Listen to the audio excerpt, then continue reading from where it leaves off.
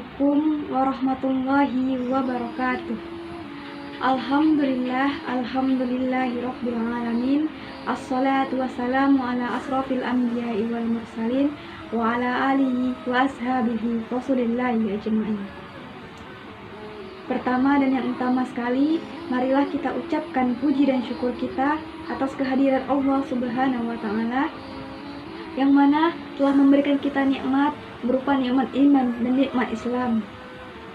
Salawat berangkaikan salam tak lupa pula kita kirimkan kepada Nabi besar kita, yakni Nabi Muhammad SAW, dengan mengucapkan Allahumma sholli ala sayyidina Muhammad wa ala ali sayyidina Muhammad. Baiklah teman-teman, pada kesempatan kali ini saya akan memberikan tausiah yang berjudul Adab adalah tujuan akhir pendidikan.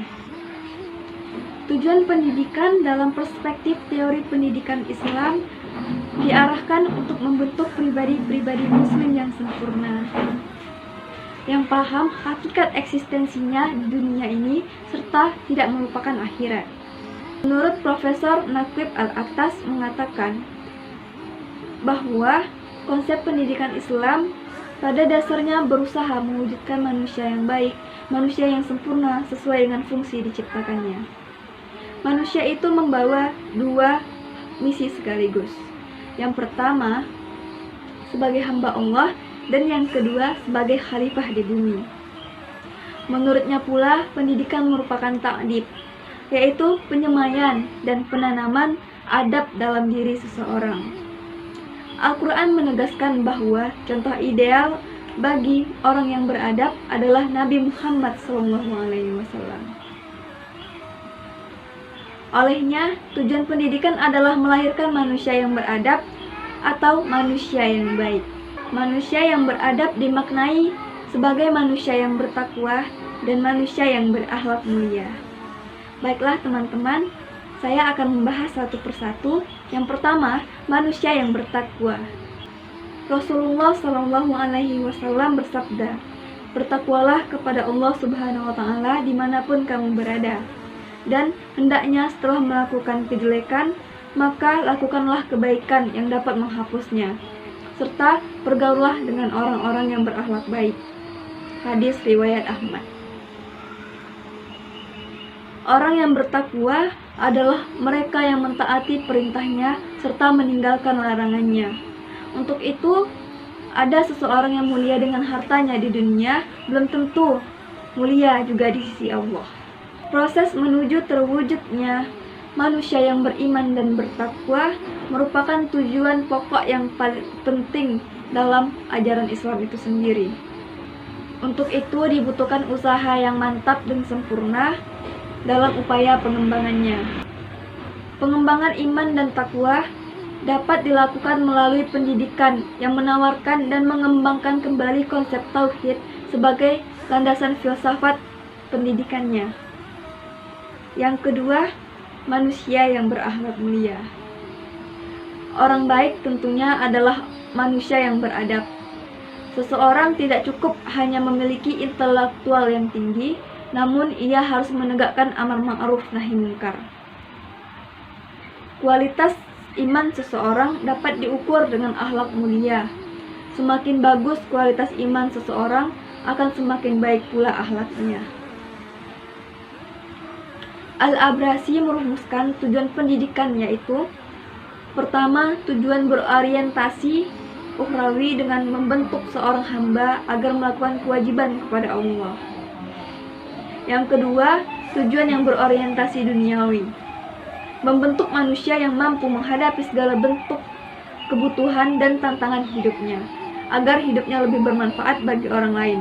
Salah satu indikatornya adalah memuliakan tetangga dan menghormati tamu. Manusia adalah makhluk sosial yang tak bisa hidup tanpa bantuan orang lain. Untuk itu, sebagai seorang muslim yang baik, harus memiliki empati dan rasa tanggung jawab terhadap kesulitan orang lain di sekitarnya. Seperti hadis Rasulullah yang berbunyi, Barang siapa yang beriman kepada Allah dan hari akhir, maka hendaklah ia berkata baik.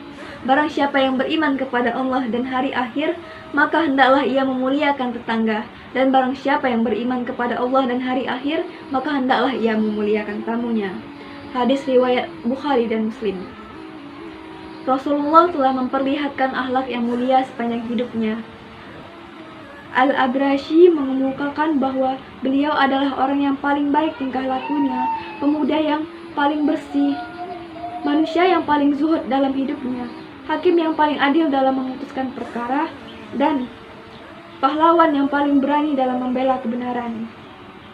Apabila misi utama Rasulullah telah menyempurnakan kemuliaan akhlak, maka proses pendidikan seharusnya menuju terbentuknya pribadi dan umat yang berakhlak mulia.